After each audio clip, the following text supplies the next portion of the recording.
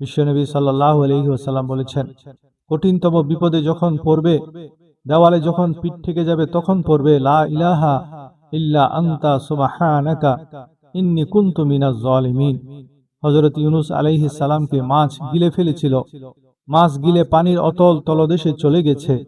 এত বড় বিপদ পৃথিবীর কোনো মানুষের হতে পারে না। মাছের পেটের ভেতরে জানালা নেই, দরজা নেই, বেরোবার কোনো পথ নেই। মাছ চলে গেছে পানির অতল তলদেশে। আল্লাহ পাক কোরআন শরীফের ভেতরে মানুষকে শোনান, আল্লাহ ওয়াজ করছেন, আল্লাহ পৃথিবীর মানুষকে ওয়াজ করছেন, দুনিয়ার মানুষকে শোনান। আমার নবী ইউনূস অধৈর্য হয় নাই। ফানাদা ফিজ যুলুমাতি আল্লা ইলাহা ইল্লা আনতা সুবহানাকা ইন্নী কুনতু মিনাজ জালিমিন। ত্রিভিদ অন্ধকারের ভেতরে থেকে হযরত ইউনূস আলাইহিস সালাম চিৎকার মারলেন। মাছের পেটের অন্ধকার, পানির অন্ধকার এবং রাতের অন্ধকার, এই ত্রিভিদ অন্ধকারের ভেতর দিয়ে মাছের পেটের মধ্য থেকে হযরত ইউনূস আলাইহিস সালাম চিৎকার মারলেন।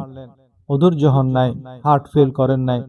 তিনি বলেছেন, লা ইলাহা ইল্লা আনতা সুবহানাকা ইন্নী কুনতু মিনাজ জালিমিন।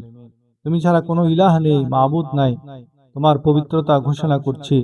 নিশ্চয় আমি জালিমদের অন্তর্ভুক্ত হয়ে গেছি। ইউনূস আলাইহিস সালাম যখন কাঁদছিলেন, পানির ভেতরে কেউ শোনে নাই। মাছের পেটের ভেতরে ইউনূস আলাইহিস সালাম কিভাবে চিৎকার করেছেন, মাছের পেটের ভেতরের আওয়াজ পানির ভেতরে কেউ শুনে নাই, জমিনের কেউ শুনে নাই, অন্তরিক্ষে কেউ শুনে নাই, সাত আকাশের ভেতরের কেউ শুনে নাই।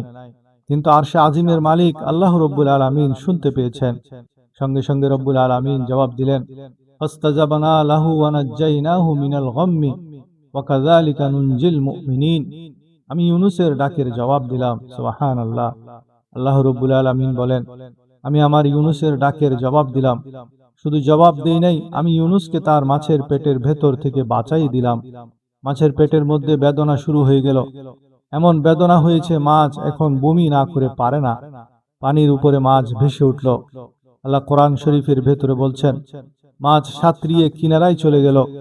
ইউনূস আলাইহিস সালামকে বমি করে ফেলে দিল। ইউনূস আলাইহিস সালাম বেঁচে গেলেন।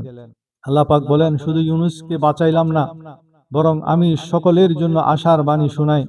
শোনো মুমিনেরা, মুমিন বান্দা যারা যত বড় বিপদই আসুক, আমাকে ডাকো, আমি বিপদ থেকে বাঁচিয়ে দেব, বিপদ থেকে আমি বাঁচাবো।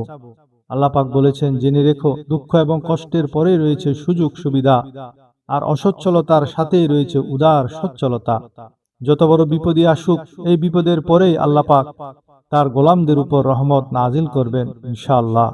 সুতরাং ইমানদার লোকেরা, তাদেরকে আল্লাহ পাক বলছেন, কোনো ভয় নাই, কোনো চিন্তা নাই, যত বড় বিপদে পড়ো আমাকে ডাকো, আমি ডাকে সাড়া দেব। সবাই আল্লাহকে ডাকেন, লা ইলাহা ইল্লা আনতা সুবহানাকা ইন্নী কুনতু মিনাজ জালিমিন। এই দোয়াটি আল্লাহর কাছে বড্ড প্রিয় হওয়ার পেছনে তিনটি বিশেষ কারণ আছে। কারণ দোয়ার প্রথম অংশে আছে লা ইলাহা ইল্লা আনতা, অর্থাৎ আল্লাহ আপনি ছাড়া কোনো উপাস্য নেই। এই একাত্মবাদের ঘোষণা শুনলে আল্লাহ বড্ড খুশি হয়ে যান। 2 নম্বর হলো তাসবিহ। দ্বিতীয় অংশে আছে সুবহানাকা, ও আল্লাহ আমি আপনার পবিত্রতা ঘোষণা করছি। আল্লাহর এই প্রশংসা শুনলেও তিনি অত্যন্ত আনন্দিত হন। 3 নম্বর হলো তাকরীর বা পাপের স্বীকৃতি। শেষ অংশে আছে ইন্নী কুনতু মিনাজ জালিমিন, নিশ্চয় আমি জালিমদের অন্তর্ভুক্ত, আমি ভুল করেছি, অন্যায় করেছি। আল্লাহর কাছে বান্দা নিজের ভুল স্বীকার করে যত ছোট হয়, ওই দৃশ্যটা দেখতে আল্লাহ রব্বুল আলামিন বড্ড পছন্দ করেন।